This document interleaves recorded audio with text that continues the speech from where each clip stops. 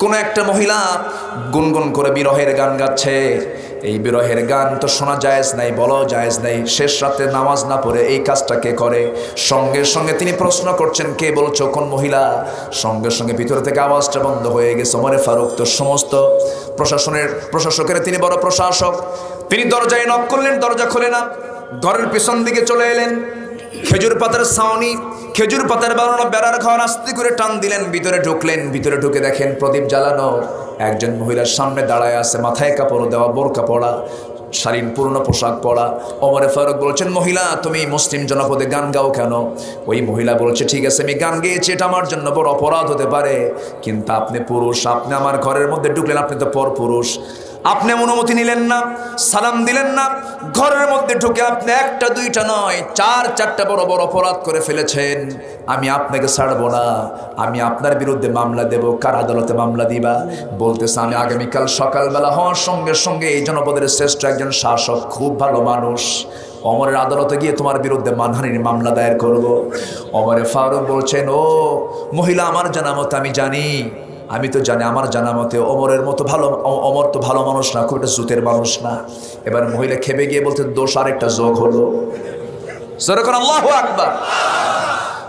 তারা জনগণের পালস বোঝার জন্য যেতেন, আর এখন যদি কেউ পালস বোঝার জন্য একলা একলা আসে, কাবাবার সালাদ বানায় ছাড়বে। কষ্ট হচ্ছে আপনাদের? হযরত ওমর ফারুক রাদিয়াল্লাহু তাআলা আনহু এবার মহিলাকে বলছেন, মহিলা দোষ কি করেছি আমি পরে বলছি, তুমি কেন গুনগুন করে গান গাও? এবার মহিলা বলতেছে, গান গাওয়ার কারণ হলো 4 মাস যাবত আমার স্বামীর সঙ্গে আমার বিয়ে হয়েছে, মাত্র 3 দিন 3 রাত কাছে পাইছি। এই জনপদের খলিফা ওমর ফারুক তার লোকজন আমার স্বামীকে নিয়ে চলে গেল সীমান্ত প্রহরায়, বিজিবিতে নিয়োগ দিল, সীমান্ত প্রহরায় নিয়োগ দিয়া দিল। সেই সীমান্ত প্রহরায় সে আজকে 4 মাস আমার স্বামীর কোনো খবর নাই, কোনো খোঁজ খবর নাই। রাত্রেবেলা ঘুম ভেঙে গেছে, আমার মধ্যে স্বামীর প্রেম জেগে উঠেছে, স্বামীর প্রতি আমার বৈধ টান আসতেই পারে, স্বামীকে কাছে পাওয়ার জন্য আমি গুনগুন করে বিরহের গান গাচ্ছি। ওমর ফারুক কেঁদে কেঁদে মাথা নিচু করে মনে মনে চিন্তা করছেন, দোষ তো আরেকটা যোগ হলো। যেরকম সুবহানাল্লাহ। কি শাসক তারা ছিলেন, যেরকম সুবহানাল্লাহ। ওমর কি আগে ভালো মানুষ ছিলেন নাকি? আগে ভালো মানুষ ছিলেন? যে লোক রসুলকে মারতে দেয় সে কি ভালো? রসুলকে মারার জন্য যে ওমর যায়, সে ওমর কি মানুষ হয়ে গেলেন? কিসের কারণে? সেই কোরআন আজও আছে না নাই? আজও আছে না নাই? কোরআন দিয়ে আমরা জীবন চালাবো, কোরআন দিয়ে নেতৃত্ব গড়ে তুলবো, কোরআন দিয়ে সমাজ গড়ে তুলবো, কোরআন দিয়ে সব কিছুর ফয়সালা হবে। এ মতের পক্ষে রাজি আছেন কারা কারা? হাত উঁচু করে দেখান মুসলমান। والمؤمنون والمؤمنات بعضهم أولياء بعض يأمرون بالمعروف وينهون عن المنكر। মুমিনরা কি করে? সৎ কাজের আদেশ দেয়, ভালো কাজগুলোকে তারা চালু করতে চায়, মন্দ কাজকে বন্ধ করতে চায়। আর যারা মুনাফিক তারা কি করে? ইয়ামুরুনা বিল মুনকার ওয়া ইয়ানহাউনা আনিল মা'রুফ। তারা খারাপকে চালু করতে চায় আর ভালোকে তারা বন্ধ করতে চায়। সেই চক্র সব সমাজেই কম বেশি আছে না নাই? আমার নবীর সমাজেও ছিল কিনা বলেন? আমার নবীর পিছনে ইক্তেদা করত, নবীর পিছনে নামাজ পড়ত, নবীর আলোচনাগুলো শুনে চোখের পানি ফেলে ফেলে দাড়ি ভিজে ফেলত, সেজদায় পড়ে যেত, নামাজও পড়তো, তারা দান সদগাও করত, কিন্তু তারা চরিত্রগত দিক থেকে তারা ছিল মুনাফিক। অতএব নামাজ পড়লেই প্রকৃতিমানদার হওয়া যায় না, নামাজি হলেই কিন্তু প্রকৃতিমানদার হওয়া যায় না, কারণ মুনাফিকও নামাজি আছে না নাই? আসতে বলবেন না, আছে না নাই? যে নামাজি যে নামাজি শুধু নামাজ আদায় করতে চায়, নামাজ কায়েম করতে চায় না, যে নামাজি নামাজ আদায়ে বিশ্বাসী, নামাজ কায়েমে বিশ্বাসী না, সে ব্যক্তি মুনাফিক। সে ব্যক্তি কি? মুনাফিক। মুনাফিকের নামাজ পড়তে চায়, নামাজ পড়বে তারা, কিন্তু নামাজ কায়েমের সংগ্রামে তারা পিছপা আগের থেকেই ছিল। নবীজি নামাজ পড়েছেন, মুনাফিকরা পিছনে নামাজ পড়েছে। কিন্তু নবীজি যখন বদর ময়দানে, উহুদ ময়দানে, খন্দকের ময়দানে যখন গিয়ে হাজির হয়েছেন, মুনাফিকরা সাথে গেছে না পিছপা হয়েছে? পিছপা হয়েছে। নামাজ আপনি পড়বেন, নামাজ আদায় আপনাকে পৃথিবীর কেউ আপনাকে বাধা দেবে না। আমেরিকার জো বাইডেন, ইংল্যান্ডের ঋষি সুনাক, ভারতের দামোদর দাস নরেন্দ্র মোদী, রাশিয়ার ভ্লাদিমির পুতিন, ওই দেশেও আপনি চলে যান, মসজিদ খুঁজে পাবেন, নামাজ পড়বেন, আপনাকে নামাজ পড়তে কেউ বাধা দেবে না। কিন্তু আপনি যখন বলবেন না না নামাজ শুধু পড়বো না, নামাজ কায়েমও করতে হবে, নামাজ কায়েমের কথা যখন বলবেন, তখন আপনাকে বলবে জঙ্গি, মৌলবাদী, উগ্রপন্থী, রক্ষণশীল, এই জাতীয় কথা বলে ফেলবে। কারণ নামাজ যেখানে কায়েম হয়ে যাবে সেই জায়গায় সুদ থাকবে না, নামাজ যেখানে কায়েম হয়ে যাবে সেই জায়গায় জেনা থাকবে না, নামাজ যেখানে কায়েম হয়ে যাবে সেই জায়গায় মদের কোনো বোতল খুঁজে পাওয়া যাবে না। কিন্তু যারা মদের বোতল খায় তারা কি চাবে? মদের দোকান গাইবেন্দা আছে না নাই? দোকানদারও আছে না নাই? কাস্টমার নাই তো? কাস্টমারও আছে, লাইসেন্স ওলা, হ্যাঁ লাইসেন্স সহ আপনি ধরতে যাবেন, খবর আছে, লাইসেন্স বের করে দেখেন আমি একজন মদ বিক্রেতা, কি খেতাব তার, তাই না? সম্মানিত ভাইয়েরা, সময় খুবই অল্প, মানুষ এখন আশার উপরে আছে, আসতেছে মানুষ। সবার শেষে কিছু লোকের আশা অভ্যাস, সবার শেষে আসে, আসেন এরকম আছে না নাই? আছে। আমার দেশে জুমার সময় যখন আজান হয় জুমার দিন, ইদা নুদিয়া লিস-সালাতি মিন ইয়াউমিল জুমআ, এই দিনের নামে একটা সূরা আছে, জুমার দিনের জন্য একটা সূরা আছে না নাই? আল্লাহ তাআলা 5 শ্রেণীকে কবরে কোনো প্রশ্ন করবেন না, কবর আযাব হবে না 5 শ্রেণীর। এর মধ্যে একটা শ্রেণী হলো যার মৃত্যু হবে জুমার দিনে। যেরকম সুবহানাল্লাহ, একটা গোল্ডেন দিন আমরা পেয়েছি। এবং যে সময় আমরা আলোচনা করছি এই সময়টা হাদিসে এসেছে, এই সময়টা দোয়া কবুলের সময়। যেরকম সুবহানাল্লাহ। এবং আল্লাহ তাআলা জুমার দিনটাকে 7 দিনের শ্রেষ্ঠ দিন হিসেবে ঘোষণা করেছেন। 7 দিনের নেতা হলো জুমার দিন।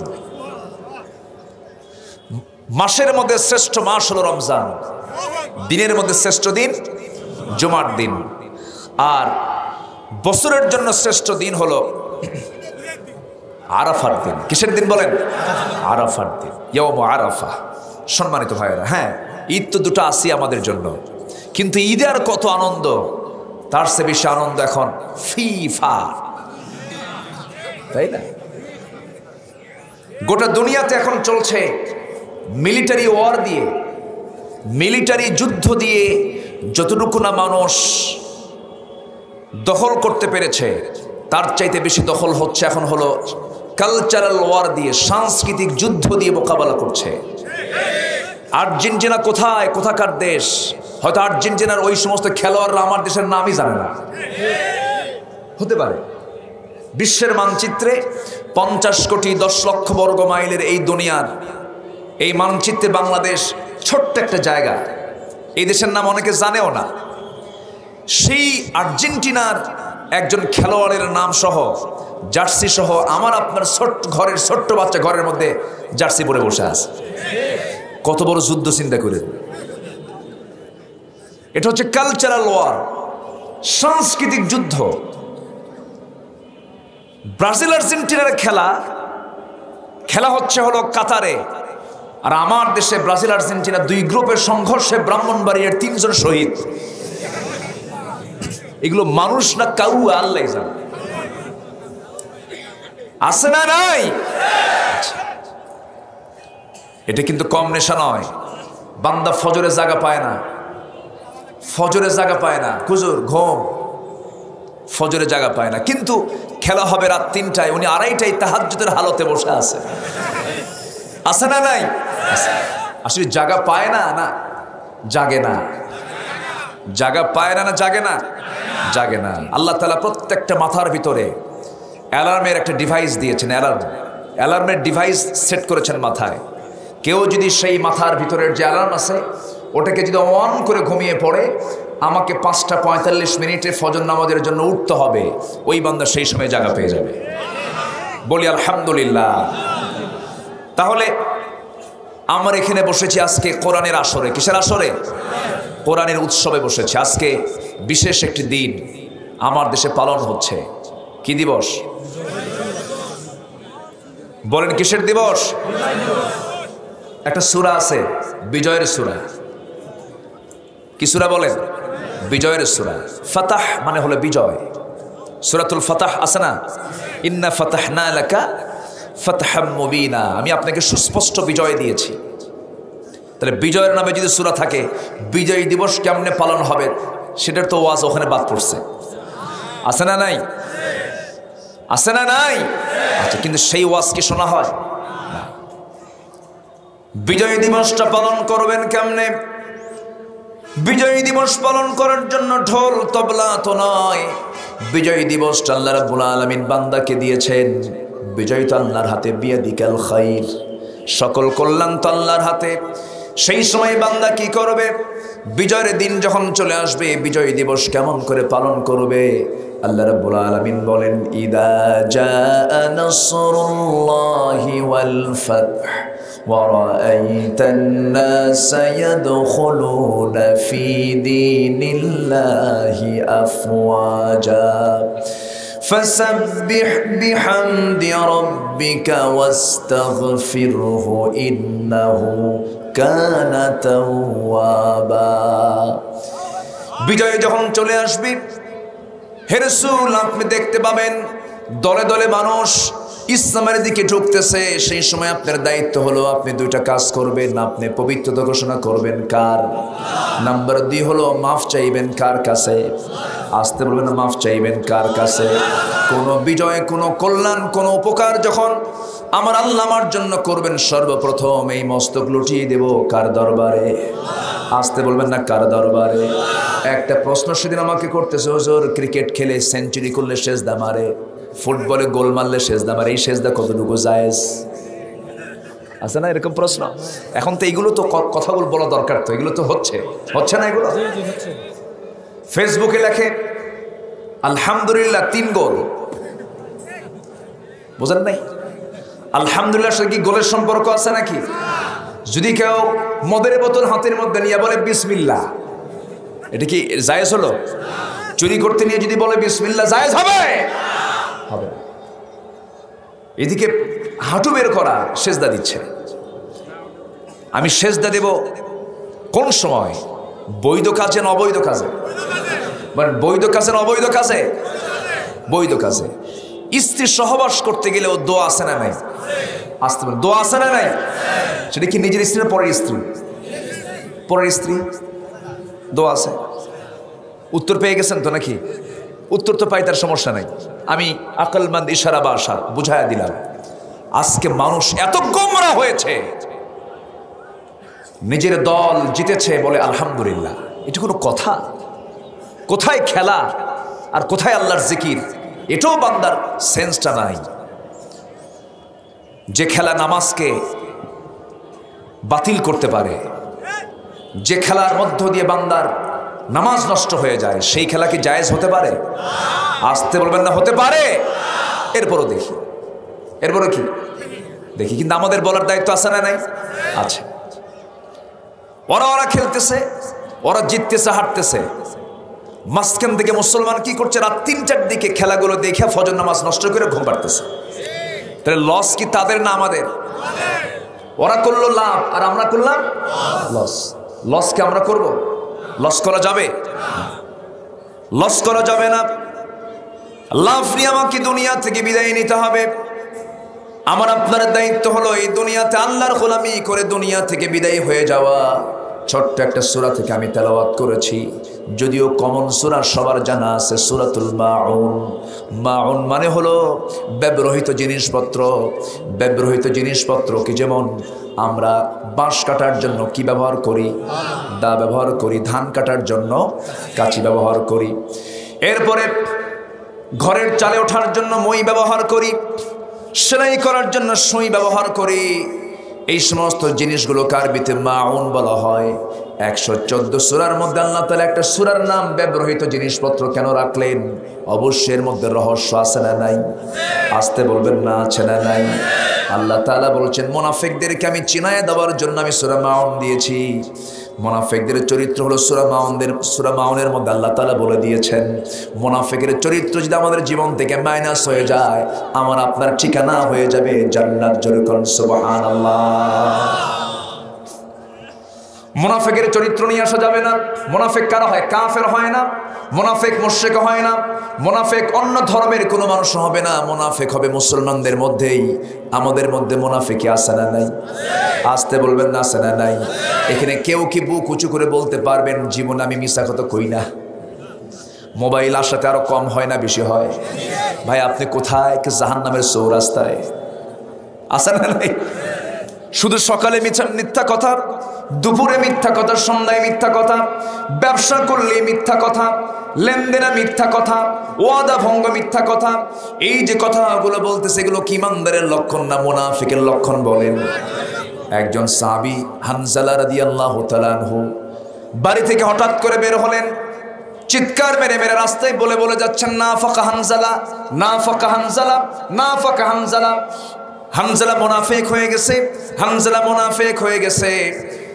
সামনে আবু বকর দাঁড়ানো, তিনি বলছেন হানজালা তুমি এরকম করে বলো কেন? তিনি বলছেন শোনো, আমি যখন রাসূলের সামনে বসি চোখে পানি বের হয়, দুনিয়ার কথা ভুলে যাই। যখন নবীর সামনে থেকে যখন বাড়িতে যাই তখন দুনিয়ার কথা মনে হয়, আখিরাতের কথা একটু দুর্বল হয়ে যায়, মনে হয় আমি মুনাফিক হয়ে গেছি। সাইয়েদনা আবু বকর বলছেন আমারও তো তাই হয়। সঙ্গে সঙ্গে দুইজন মিলে নবীর সামনে চলে গেলেন। রাসূল বলছেন ও হানজালা তোমাদের যে ঈমান আছে এটা তার বড় প্রমাণ, কারণ তোমাদের মধ্যে এই চিন্তা ফিকিরটা আছে। একটা কথা জেনে রেখে দিও আমার সাহাবীরা, বিয়ে আমার সুন্নাত, সংসার জীবন পালন করা আমার সুন্নাত, সন্তানদের মুখে খাবার তুলে দেওয়া সুন্নাত, প্রতিবেশীর হক আদায় করা আমার সুন্নাহ। সবগুলোই মাথায় নিতে হবে। ও হানজালা একটা কথা জেনে রেখে দিও, সেটা হলো বৈরাগ্যতার স্থান ইসলামে নাই। আমার উম্মতের বৈরাগ্য হলো জিহাদের ময়দান। জোরে বলুন সুবহানাল্লাহ, আর জোরে বলুন সুবহানাল্লাহ। সাহাবীরা কি পেরেশান ছিলেন? আমাদের মধ্যে কোনো পেরেশানি কাজ করে না। কত সময় আমরা নষ্ট করে ফেলি। আল্লাহ বলছেন বান্দারে না না, আমি তোমাকে দুনিয়াতে কেন পাঠিয়েছি? খারাপ কাজের জন্য না ভালো কাজের জন্য? জমির আইল ঠেলা ভালো কাজ, ওজনে কম দেওয়া ভালো কাজ, মিথ্যা মামলা দেওয়া ভালো কাজ। আল্লাহ বলছেন বান্দা তুমি আমাকে দূরে মনে করো না, আমি তোমার এত কাছে। ওয়ায়ালামু খাইনাতাল আ'য়ুনি ওয়া মা তুখফিস সুদূর। বান্দা আমি তোমার ইস্কন্দর শিরার চেয়ে নিকটে থেকে যাই, এবং তুমি তোমার চোখের কি খেয়ানত করো, চোখ দিয়ে কোন দিকে তাকাও, এবং তোমার অন্তরে তুমি কি দানা বেঁধেছো, অন্তরে তুমি কি চিন্তা করতেছো, কোন আলেমকে মামলা দিবা, কোন নিরীহ মানুষকে মামলায় ফাঁসায় জেলখানায় ঢুকাবা, সেই খবর কিন্তু আমি আল্লাহ আমার জানা আছে। ঠিক কিনা? তোমার অন্তরে তুমি কি চিন্তা করো যা তোমার ক্ষমতাকে পাকাপোক্ত করার জন্য ওকে ধরাশয়ী করবা, অন্যায় মামলা দিবা।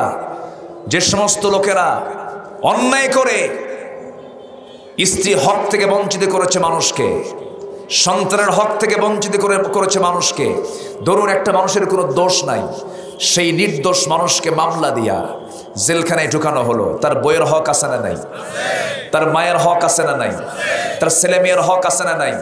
এই হক আদায় থেকে যারা বঞ্চিত করলো, এই হক লঙ্ঘনের গুনাহ হবে কার?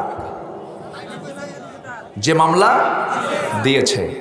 মাথায় রাখবেন, যে গর্ত খনন করে সেই কিন্তু গর্তে পড়ে। বাপকেও ছাড়ে না।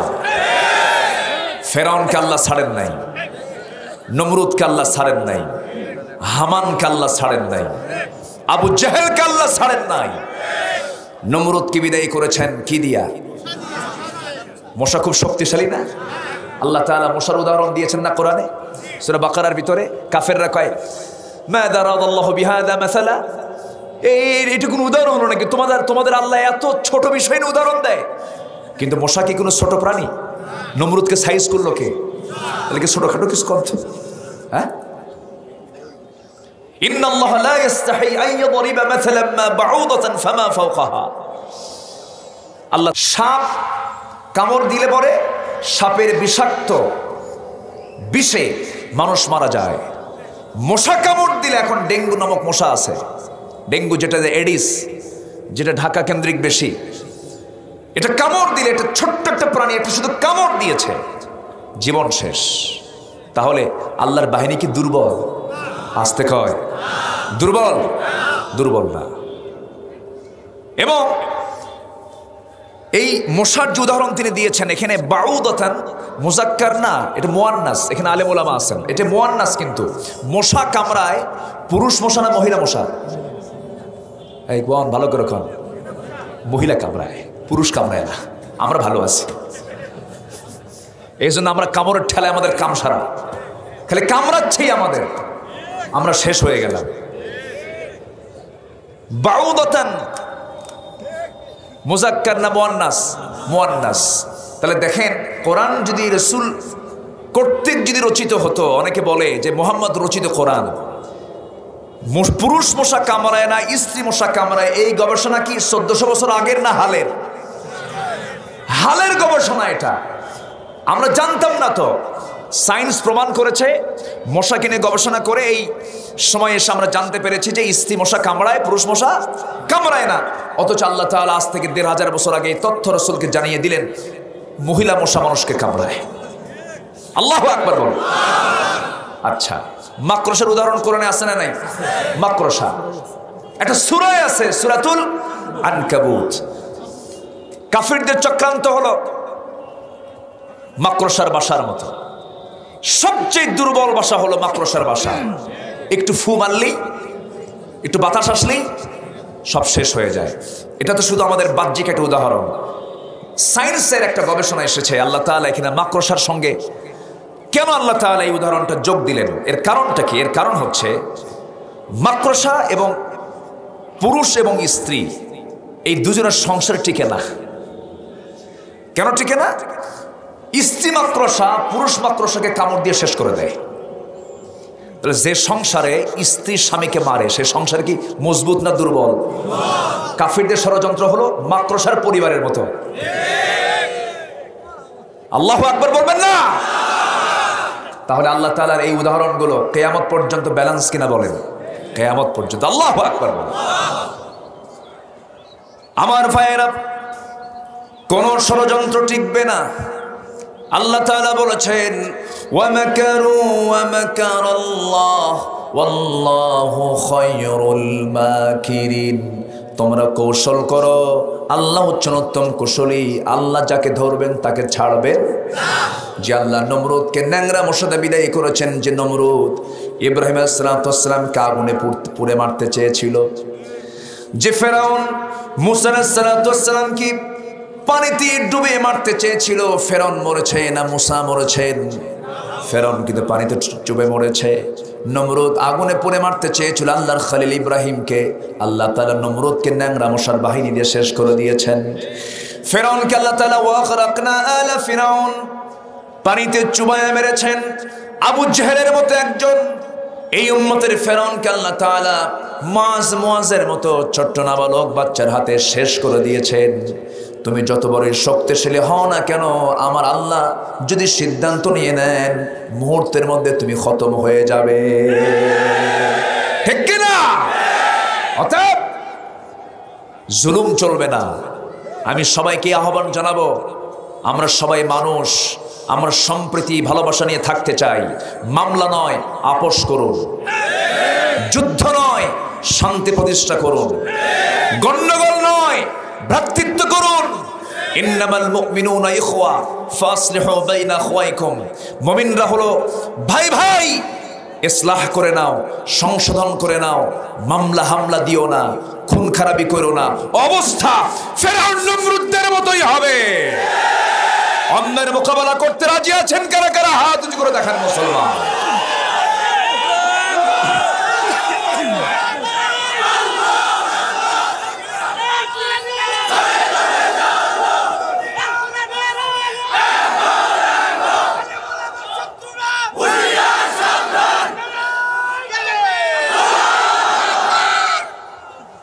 আল্লাহ কবুল করুন, জোরে বলি আমিন।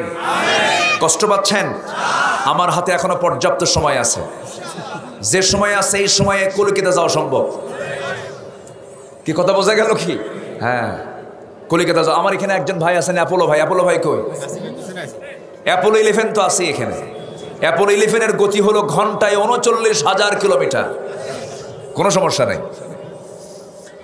সম্মানিত ভাইয়েরা, গোবিন্দগঞ্জ, তাই না? আর ওইদিকে ফাঁসিতলা। ওখানে কি মাসে মাসে ফাঁসি হয় না বছরে ফাঁসি হয়? আচ্ছা, সম্মানিত ভাইয়েরা আমার দিকে তাকান। সূরার নাম হলো সূরাতুল মাউন। সূরাতুল মাউন। মাউন হলো ব্যবহৃত জিনিসপত্র। প্রতিবেশী তার কাপড়টা ছিঁড়ে গেছে, এক মহিলা গিয়ে অন্য ঘরের আরেকজন মহিলাকে বলতেছে, বোন আমার কাপড়টা ছিঁড়ে গেছে, আমাকে কি সুইটা দেওয়া যায়? আমার কাছে নাই। এরকম বলার লোক সমাজে কম না বেশি?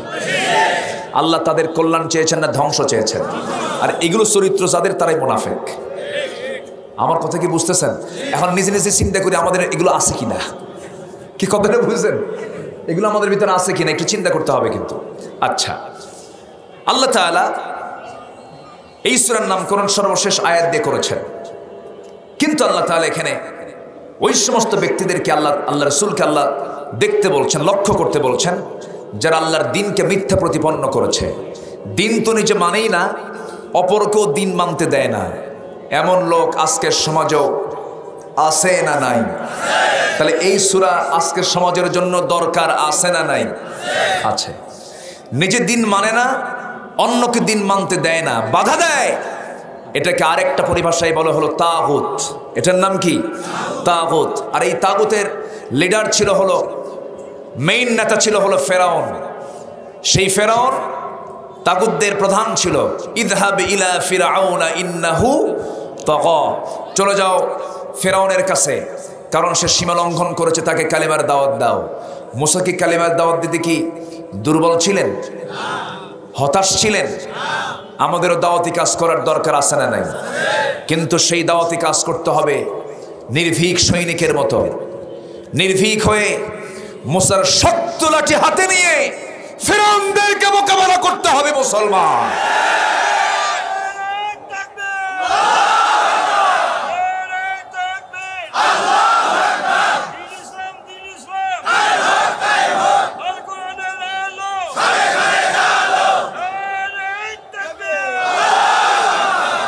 আপনি পালাবেন, আপনি পিছনে চলে আসবেন, বিপদ আরো কমবে না বাড়বে? কমবে না বাড়বে? কার কথা? আসতে বলবেন না, কার কথা? 2023 সাল দুর্ভিক্ষের বছর। শুনেছি কিনা? শুনেছি কিনা? শুনেছি। তাহলে এই দুর্ভিক্ষ বিশ্ব সংকট, গোটা পৃথিবীতে একটা মহা সংকট চলছে, এটা আমরা স্বীকার করছি। কিন্তু এই সংকটের জন্য দায়ী কি আল্লাহ? এই সংকটের জন্য দায়ী কারা? বলেন কারা? আমরা। রাশিয়া ইউক্রেন যুদ্ধ করার খুব রহমত তো, তাই না? খুব দরকার যুদ্ধ করা। ওটা কি না খেয়ে থাকার যুদ্ধ? আচ্ছা, ইরাকে আমেরিকা যে হামলা করেছিল, এটা কি না খেয়ে থাকার জন্য? ইরাকে হামলা করার এক নাম্বার কারণ হলো তেল চুরি করা, ঠিক কি না? আচ্ছা, ইউরেনিয়াম চুরি করা হলো আফগানিস্তানে হামলা করার মূল লক্ষ্য। তাহলে গোটা পৃথিবীতে যে যুদ্ধগুলো চলছে, এটাকে মানবতা রক্ষা করার যুদ্ধ না মানবতা ধ্বংস করার যুদ্ধ? মানবতা ধ্বংস করার যুদ্ধ। তাহলে এই পৃথিবীতে সংকট সৃষ্টির জন্য আল্লাহ দায়ী না বান্দা দায়ী? বিমা কাসাবাত আইদিন নাস, মানুষের হাতের কামাই। তাহলে দুর্ভিক্ষের যে কথা বলা হচ্ছে আমাদের, এই দুর্ভিক্ষের জন্য কি আল্লাহ দায়ী? আল্লাহর কাছে কি কোনো খাদ্যের সংকট আছে? আচ্ছা, আমরা মানুষ ছাড়া পৃথিবীতে যত প্রাণী আছে, জলভাগে আছে যত প্রাণী, জলভাগে তো প্রাণীর সংখ্যা বেশি। শুধু তিমি মাছ তার বাচ্চাকে প্রত্যেক দিন দুধ পান করায় 50 থেকে 60 মণ। যেরকম সুবহানাল্লাহ।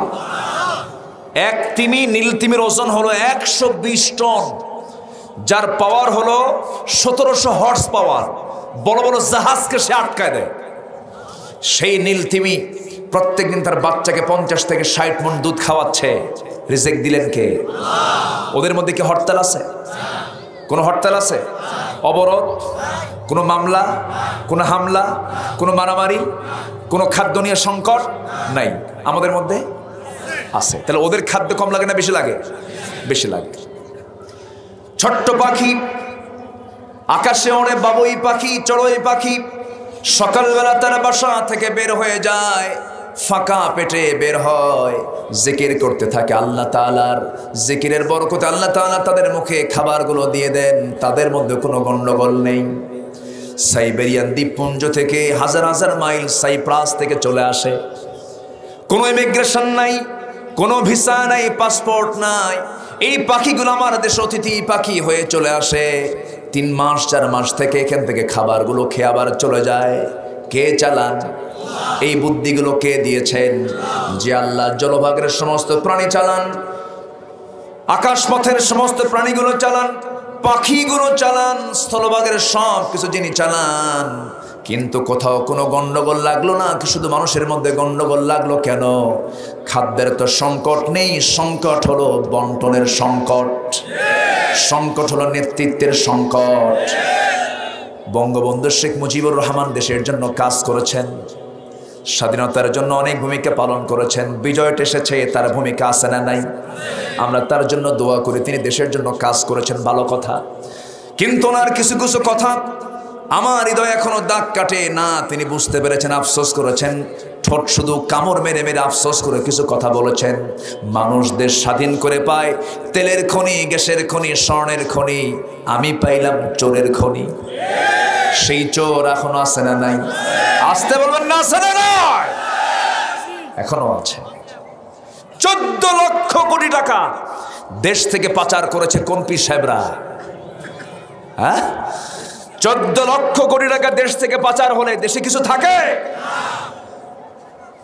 আসামি খুঁজে পাচ্ছে না। আসামি ওগুলো বড় আসামি যারা দেশের টাকা যারা চুরি করে, ঠিক কিনা? ওদেরকে ধরে রিমান্ডে নাও, পিটাও। কষ্ট হচ্ছে আপনাদের? উনি বলেছেন, আমার ডানে চোর, বামে চোর, সামনে চোর, পিছনে চোর, সব চাটার দল 4টা চুট্টা খাইয়া ফালাইয়া দেয়। আছে না এগুলো বক্তব্য? আছে না নাই? আজকে গিয়ে সার্চ দেবেন, তার ভাষণগুলো শুনবেন। 70 দশকের পর, স্বাধীনতার পর যে বক্তব্যগুলো দিয়েছেন, এগুলো রেকর্ড আছে। ওনার বাড়িতে এক গাজীপুর থেকে ওনার ভক্ত সবজি চাষি গেছে, তাকে কিছু সবজি উপহার দেওয়ার জন্য ব্যাগ ভর্তি করে বাড়ির মধ্যে ঢুকে তাকে সবজি টবজি দিয়ে চলে আসতেছে। নেতা বলে, তোমাকে কিছু টাকা বসে দিই, তুমি কষ্ট করো না। অসম্ভব দাম, আমি কি বিক্রি করতে আসতে নাকি সবজি? নেব না। বের হয়ে চলে আসছে। কেয়ারটেকারকে ডাক দিয়ে বলে, এই শোন, ওর পকেটে 20টা টাকা দিয়ে দে। তো টাকা 20টা নিয়ে ওই লোকের কাছে এসে বলতেছে, শোনো, তুমি তো নেতা, তোমাকে কিছু টাকা বসে দিতে চাইলে তুমি টাকা নিলে না, এই যে ধরো 10 টাকা। বাজেট হয়েছে কত? আর দিল কত? নিজে নিল কত পার্সেন্ট? চিন্তা করেন, 50%। কথা বোঝা গেছে কি? কথা বোঝা গেছে? এই দালালি আজও আছে না নাই? এই দালালি আজও আছে না নাই? যে ইনকামে শ্রম নাই, যে ইনকামে ফাঁকিবাজি, ওটা জাহান্নামের ইনকাম, জাহান্নামের খাবার তার পেটের মধ্যে উঠলো। সম্মানিত ভাইয়েরা, মাথায় রাখবেন। তো যখন দিতে নিচ্ছে 10 টাকা, খেপে গিয়ে বলছে, অসম্ভব, টাকা তো নেব না, চলো নেতার কাছে যাই। টাকা নিয়ে নেতার কাছে আসছে, এসে বলতেছে, নেতা মশাই, আপনি আমাকে আবার জোর করে টাকা দিচ্ছেন, অসম্ভব, ধরুন আপনার দেওয়াই 10 টাকা। কথা কি বুঝতেছে? নেতার মাথা গরম, মাথা খেলতেছে না। কি ব্যাপার? দিলাম 20, দোতলা থেকে নামতে নামতে নাই 10। এই নাচার এখনো আছে না নাই? রাস্তার কাজকে 16 আনা হয়, বিল্ডিং এর কাজকে 16 আনা হয়। কোন পিসাবরা খায়? 70, 71 থেকে আজকে 2023 সাল এই পর্যন্ত যারা ক্ষমতা এসেছেন, সেখানে কি কোনো আলেম ওলামা ক্ষমতার চেয়ারে বসেছেন? তাহলে যদি চুরি হয়, ডাকাতি হয়, সবকিছু আলেমের মধ্যে না আলেম ছাড়া? তার দোষ কি আলেমদের আছে? কিন্তু আজকে সবচেয়ে কষ্টে আছে কারা? আলহামদুলিল্লাহ। আর কি বলবেন আপনি? সম্মানিত ভাইয়েরা, দুঃখ লাগে। আল্লাহ তাআলা বলছেন ওই সমস্ত লোকের ধ্বংস হোক যারা এতিমের মাল মেরে খায়। এতিমের মাল মেরে খাওয়া লোক আছে না নাই? আল্লাহ তাআলা বলছেন এই সমস্ত লোকগুলোই দেখবেন এরা দিনকে মিথ্যা বানাবে, এরা নামাজ কায়েম করবে না, যাকাতের আইন পাশ করবে না, এরা সমাজ থেকে সুদ বন্ধ করার জন্য কোনো কথা বলবে না। আজকে সমাজে সুদ চালু না জেনা চালু? সুদও চালু, জেনাও চালু, কিন্তু সুদ চালু আছে না যাকাত চালু আছে? সুদ চালু আছে। বিয়েটা জটিল বানায় দিয়েছে, জেনাটা সহজ বানায় দিয়েছে। জেনা করা খুবই সহজ, যুবকরা বিয়ে করতে চায় না, খামাখা খরচ করার কি দরকার? বউ তো পালা কঠিন, কাম তো হচ্ছেই। বাস্তব কথা বলতেছি আমি, অবাস্তব কিছু বলছি না। জেনা কি ইজি করে দেওয়া হয়েছে? এমন লোক আছে, এমন নেতা আমার দেশে বসবাস করে, প্রত্যেক দিন তাকে খুশি করার জন্য, মনোরঞ্জনের জন্য নারী পাঠায়, নারী সাপ্লাই করে। আছে না নাই? পাপিয়ার জন্ম যে দেশে হয়, পাপিয়ার মতো নোংরা মানুষের পেছনে আছে না নাই লোক? আছে না নাই? আছে না নাই? আচ্ছা, কি বলবেন আপনি? আমার ভাইয়েরা, কোনো কিছুর সংকট আমার দেশে নাই। সবচেয়ে বড় সংকট হলো আমার কাছে যেটা মনে হয়, সৎ নেতৃত্বের সংকট। যদি সৎ নেতৃত্ব সমাজে যদি চলে আসে, ওমরের মতো একটা মানুষ যদি আমার দেশের নেতৃত্ব দিতে পারত, দেশটা জান্নাতের টুকরা হয়ে যেত। ওমরে ফারুক রাদিয়াল্লাহু তাআলা আনহু অর্ধ দুনিয়ার শাসনকর্তা, দেশ চালাচ্ছেন তিনি। ক্ষমতায় থাকা অবস্থায় রাষ্ট্রের পক্ষ থেকে একটা বোতল তিনি মধু পেয়েছেন, এক বোতল মধু তিনি নিয়ে এসেছেন বাড়িতে, প্রতিবেশীর মাঝে সমান করে ভাগ করে দিবেন। সেই বোতলটা হাতের মধ্যে নিয়ে বউকে ডাক দিয়ে বলছেন, আমার স্ত্রী, এই যে মধুর বোতলটা সুন্দর করে ভাগ করো, আমার প্রতিবেশীদের সমান করে ভাগ করে দিবা। বোতলটা বউয়ের হাতে দেওয়া মাত্রই কিছুক্ষণ পর আবার কি যেন চিন্তা করলেন, আবার বোতলটা নিয়ে বলছেন, স্ত্রী, আমি তোমাকে ভাগ করতে দেব না, তোমাকে ভাগ করতে দিলে অসুবিধা হবে। বলেন, এই কথা শুনলে পরে কোনো বউ কি ঠিক থাকার কথা নাকি? আপনার বউ মনে ঠিক থাকবে নাকি? আমার বউ থাকার কথা না। চোখলাল হয়ে গেছে, মনক্ষুণ্ণ হয়ে আছেন। স্বামী আমার প্রতি বিশ্বাস করলো না, স্বামী আমাকে ট্রাস্ট করলো না, কথা বন্ধ হয়ে গেছে। স্বামী স্ত্রীর মধ্যে অনেক সময় মনোমালিন্য হয় কিনা বলেন? গন্ডগোল লাগে কিনা বলেন? যাদের মনোমালিন্য হয় না তাদের সংসারই হয় নাই। মনোমালিন্য হতে হবে, মোহাব্বতটা আরো আটবে, রাগারাগি হবে, অভিমান হবে, রাগ করে কথা বলবে না, সারাদিন ফায়ার। সারাদিন কি ফায়ার, চরম গরম হয়ে আছে। আপনি অফিসে চলে এসেছেন, সন্ধ্যার দিকে আপনি আস্তে করে একটা সালাম দিয়ে বলবেন, ময়না, সব ফায়ার ঠান্ডা। এটাই তো সংসার, এটাই তো জীবন। ওমর ফারুক রাদিয়াল্লাহু তাআলা আনহু ওই বোতলটা নিয়ে করলেন কি, প্রতিবেশীর বাড়িতে চলে গেলেন, আরেকজনকে দায়িত্ব দিয়ে বললেন, শোনো, এটাকে সমান করে ভাগ করে আমার যে অংশটুকু আমাকে দিয়ে যাবা। সে অংশটুকু তার হাতে নিয়ে তিনি এবার বউকে দিয়ে বলছেন, এই যে আমাদের মধুর অংশ, তুমি এটা নিয়ে নাও। বউটা মন খারাপ করে বলছে, আমি কি ভাগ করতে পারতাম না? আপনি আমাকে অবিশ্বাস করলেন কেন? সাইয়েদনা ওমর ফারুক বলছেন, আমার স্ত্রী, আল্লাহর কসম করে বলি, আমি তোমাকে সম্মান করি, তুমি আমার সন্তানদের মা, তোমাকে সম্মান করা আমার দায়িত্ব। আমি তোমাকে রেসপেক্ট করি, তুমি আমার স্ত্রীর মর্যাদা। তোমার কাছে আমার যৌবন, তোমার কাছে আমার জীবন যৌবন। আমি তোমাকে সম্মান করবো না তো কাকে সম্মান করব? বিশ্বাস করে আমি তোমাকে। কিন্তু এই মধুটা যখন ভাগ করতে যাবে তুমি, মধু তো পানির মতো লিকুইড জিনিস, তরল জিনিস। মধু ভাগ করতে গিয়ে কিছু মধু তোমার হাতে লেগে যাবে, সেটা 2 ফোঁটা হোক আর 3 ফোঁটা হোক। এই 2 ফোঁটা 3 ফোঁটা মধু আমাদের ভাগে বেশি আসুক, আমি আমার মনে করি নাই, মনে করে আমি এই মধু ভাগের দায়িত্ব আমি অন্যজনকে দিয়ে আমি টেনশন মুক্ত হয়ে গেছি। যেরকম সুবহানাল্লাহ। আর এখনকার নেতাদের মধ্যে শুধু পুকুর চুরি না সাগর চুরি। বাস্তব কথা, ওপেন কথা। এই চিত্রগুলো কেন হচ্ছে? ওমরের মতো শাসন নাই। ওমর রাদিয়াল্লাহু তাআলা জনগণকে দেখার জন্য বের হয়ে যেতেন, জনগণের অবস্থাগুলোকে বোঝার জন্য বের হতেন। জনগণ কেমন আছে তিনি জনগণকে চেক করতেন, জনগণ আমাকে চায় কিনা। জনগণ আমাকে যদি চায় আমি থাকবো, না চাইলে আমার থাকার কোনো দরকার। কিন্তু আজকে যে একবার চেয়ারে বসে সুপারগুলো আটা দিয়া, কিগুলো সুপারগুলো আটা দিয়া বসে সারাসারি নাই। কিন্তু ওমরে ফারুক রাদিয়াল্লাহু তাআলা আনহু করতেন কি? ওমরে ফারুক রাদিয়াল্লাহু তাআলা আনহু জনগণের মন পালস বোঝার জন্য একাকী বের হতেন। লোকও লাগতো না, কোনো প্রটোকল লাগতো না, তিনি একা একা বের হতেন। কারণ তার মধ্যে সৎ সাহস আছে না নাই? আছে। তিনি বের হতেন। একটা রাতের কথা মনে হয়ে গেল, একটা রাতে তিনি বের হলেন। প্রতিবেশী এক ঘরে না খাওয়া বাচ্চা, আটার বস্তা নাই, নিজে আটার বস্তা বহন করে বাড়িতে পৌঁছায় দিলেন বিধবার ঘরে। এক বাড়িতে বাচ্চা হচ্ছে না, ডেলিভারি হচ্ছে না, নার্স নাই।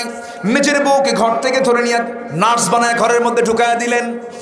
আবার তিনি আরেকটা বাড়ির সামনে গিয়ে দাঁড়ালেন। কোন একটা মহিলা গুনগুন করে বিরহের গান গাচ্ছে। এই বিরহের গান তো শোনা জায়েজ নাই, বলাও জায়েজ নাই। শেষ রাতে নামাজ না পড়ে এই কাজটা কে করে? সঙ্গে সঙ্গে তিনি প্রশ্ন করছেন, কে বলছো, কোন মহিলা? সঙ্গে সঙ্গে ভিতর থেকে আওয়াজটা বন্ধ হয়ে গেছে। ওমরে ফারুক তো সমস্ত প্রশাসকের তিনি বড় প্রশাসক। তিনি দরজায় নক করলেন, দরজা খোলে না। ঘরের পিছন দিকে চলে এলেন। খেজুর পাতার ছাউনি, খেজুর পাতার বানানো বেড়ার ঘর আস্তে করে টান দিলেন। ভিতরে ঢুকলেন। ভিতরে ঢুকে দেখেন প্রদীপ জ্বালানো। একজন মহিলার সামনে দাঁড়ায় আছে, মাথায় কাপড় দেওয়া, বোরকা পড়া, শালীন পূর্ণ পোশাক পরা। ওমরে ফারুক বলছেন, মহিলা তুমি মুসলিম জনপদে গান গাও কেন? ওই মহিলা বলছে, ঠিক আছে আমি গান গেয়েছি, এটা আমার জন্য বড় অপরাধ হতে পারে, কিন্তু আপনি পুরুষ, আপনি আমার ঘরের মধ্যে ঢুকলেন, আপনি তো পর পুরুষ, আপনি অনুমতি নিলেন না, সালাম দিলেন না, ঘরের মধ্যে ঢুকে আপনি একটা দুইটা নয় চারটা বড় বড় অপরাধ করে ফেলেছেন। আমি আপনাকে ছাড়বো না, আমি আপনার বিরুদ্ধে মামলা দেব। কার আদালতে মামলা দিবা? বলতেছে, আমি আগামীকাল সকালবেলা হওয়ার সঙ্গে সঙ্গে এই জনপদের শ্রেষ্ঠ একজন শাসক, খুব ভালো মানুষ, ওমরের আদালতে গিয়ে তোমার বিরুদ্ধে মানহানির মামলা দায়ের করব। ওমরে ফারুক বলছেন, ও মহিলা, আমার জানা মতো আমি জানি, আমি তো জানি, আমার জানা মতে ওমরের মতো ভালো, ওমর তো ভালো মানুষ না, খুব একটা জুতের মানুষ না। এবার মহিলা খেপে গিয়ে বলতে, দোষ আরেকটা যোগ হলো। যেরকম আল্লাহু আকবার। তারা জনগণের পালস বোঝার জন্য যেতেন। আর এখন যদি কেউ পালস বোঝার জন্য একলা একলা আসে, কাবাবার সালাদ বানায় ছাড়বে। কষ্ট হচ্ছে আপনাদের? হযরত ওমর ফারুক রাদিয়াল্লাহু তাআলা আনহু এবার মহিলাকে বলছেন, মহিলা দোষ কি করেছি আমি পরে বলছি, তুমি কেন গুনগুন করে গান গাও? এবার মহিলা বলতেছে, গান গাওয়ার কারণ হলো 4 মাস যাবত আমার স্বামীর সঙ্গে আমার বিয়ে হয়েছে, মাত্র 3 দিন 3 রাত কাছে পাইছি। এই জনপদের খলিফা ওমর ফারুক তার লোকজন আমার স্বামীকে নিয়ে চলে গেল সীমান্ত প্রহরায়, বিজিবিতে নিয়োগ দিল, সীমান্ত প্রহরায় নিয়োগ দিয়া দিল। সেই সীমান্ত প্রহরায় সে আজকে 4 মাস আমার স্বামীর কোনো খবর নাই, কোনো খোঁজ খবর নাই। রাত্রেবেলা ঘুম ভেঙে গেছে, আমার মধ্যে স্বামীর প্রেম জেগে উঠেছে, স্বামীর প্রতি আমার বৈধ টান আসতেই পারে, স্বামীকে কাছে পাওয়ার জন্য আমি গুনগুন করে বিরহের গান গাচ্ছি। ওমরে ফারুক কেঁদে কেঁদে মাথা নিচু করে মনে মনে চিন্তা করছেন, দোষ তো আরেকটা যোগ হলো। যেরকম সুবহানাল্লাহ। কি শাসক তারা ছিলেন, যেরকম সুবহানাল্লাহ। ওমর কি আগে ভালো মানুষ ছিলেন নাকি? আগে ভালো মানুষ ছিলেন? যে লোক রসুলকে মারতে দেয় সে কি ভালো? রসুলকে মারার জন্য যে ওমর যায়, সে ওমর কি মানুষ হয়ে গেলেন? কিসের কারণে? সেই কোরআন আজও আছে না নাই? আজও আছে না নাই? কোরআন দিয়ে আমরা জীবন চালাবো, কোরআন দিয়ে নেতৃত্ব গড়ে তুলবো, কোরআন দিয়ে সমাজ গড়ে তুলবো, কোরআন দিয়ে সব কিছুর ফয়সালা হবে। এ মতের পক্ষে রাজি আছেন কারা কারা? হাত উঁচু করে দেখান মুসলমান।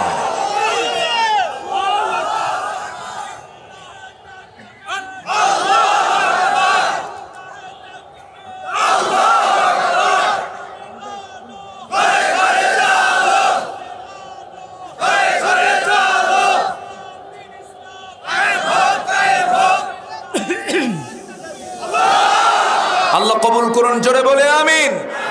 আমরা তাকবীর দিলাম কার নামে? এই তাকবীর দেওয়া নাকি যাবে না? বলে যে এই নারায়ে তাকবীর এটা নির্দিষ্ট দলের নাকি স্লোগান, এটা নাকি কোনো মুসলমানের স্লোগান না। যাদের কাছে আল্লাহু আকবার পছন্দ হয় না তাদের কাছে আজানও পছন্দ হয় না, যাদের কাছে আল্লাহু আকবার পছন্দ হয় না তাদের আকামতে পছন্দ হয় না, যাদের কাছে আল্লাহু আকবার পছন্দ হয় না তাদের নামাজও পছন্দ হয় না। অতএব যাদের আল্লাহু আকবার বিরক্ত লাগে তারা জানাজার দরকার নাই, কারণ জানাজাতে আল্লাহু আকবার আছে না নাই? অতএব ওই সমস্ত কুলাঙ্গারদের জানাজা না দিয়া কুত্তা বিলাইয়ের মতো বিদায় করা দরকার।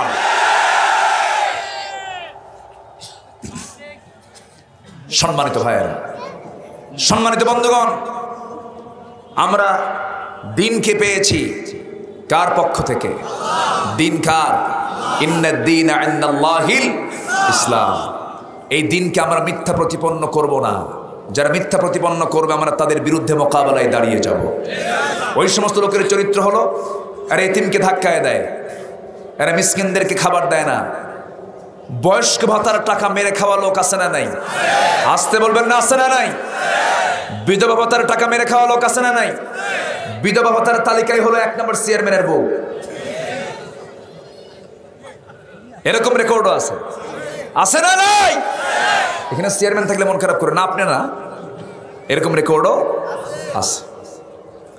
ফাওয়াইলুল লিল মুসাল্লিন, ওই সমস্ত মুসল্লির জন্য ধ্বংস হোক যারা অবহেলা করে নামাজ পড়ে। অবহেলা মানে কি? 1 ওয়াক্ত পরে আর 1 ওয়াক্ত পড়ে না। নামাজ পড়ে কিন্তু মনোযোগ থাকে হলো দোকানের দিকে। নামাজ পড়তে নিয়ে আল্লাহ ছাড়ে না, আমিও পারি না, আল্লাহু আকবার। এরকম লোক আছে না নাই বলেন? এগুলো হচ্ছে মুনাফিকের লক্ষণ। এর কিসের লক্ষণ বলেন? মুনাফিকের। জীবনের শ্রেষ্ঠ নামাজ হবে সুন্দর করে। সুন্দর করে কি করে বলেন? সুন্দর করে নামাজ হবে। আল্লাযীনা হুম ইউরাউন, যারা লোক দেখানো নামাজ পড়ে। নির্বাচন আসলে নামাজ ধরে, আছে না নাই? একদম পিশাব হয়ে যায়, মনে হয় আকাশ থেকে কেবলই ফেরেশতা নাজিল হল, আছে না নাই? আছে। যারা লোক দেখানো নামাজ পড়ে। আর এই সমস্ত লোকে কি করে? ওয়ায়ামনাউনাল মাউন, ব্যবহৃত জিনিসপত্র দিতে আপত্তি করে। থেকেও কয় নাই, যে জিনিস থেকেও বলে নাই। এখানে গুনাহ হলো কয়টা? একে তো জিনিস দিল না, এক গুনাহ, আর যে মানা করলো নাই হলো মিথ্যা নামক একটা বড় গুনাহ। আল্লাহ তুমি এই সূরার আলোকে জীবন গড়ার তৌফিক তুমি আল্লাহ সবাইকে দিয়ে দাও। আজান হয়েছে আরো 40 মিনিট আগে। আমি আপনাদেরকে খুব প্রেসার দিয়ে বসায় রেখেছিলাম, কেউ উঠবেন না। আমি একটা লোককে উঠতে দেব না, বসুন। সবাই আমরা নামাজ পড়বো কিনা বলেন? 5 ওয়াক্ত নামাজ জীবনে আমরা ছাড়বো না, কারণ এই মস্তক আমি সঁপিয়ে দেব কার কাছে? আমি সেজদা দেব, আল্লাহ আমাকে জান্নাত দিবেন। হাত তুলে একটু দেখান।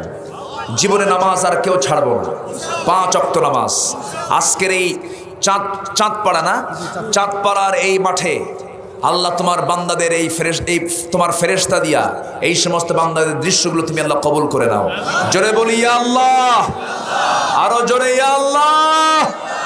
আমাদেরকে 5 ওয়াক্ত সালাত আদায় করার তৌফিক তুমি আল্লাহ দিয়ে দাও।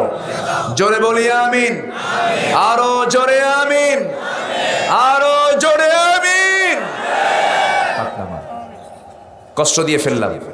আমি যদি আর কিছু সময় বাড়াই আসরের সালাত কাজা হয়ে যাবে।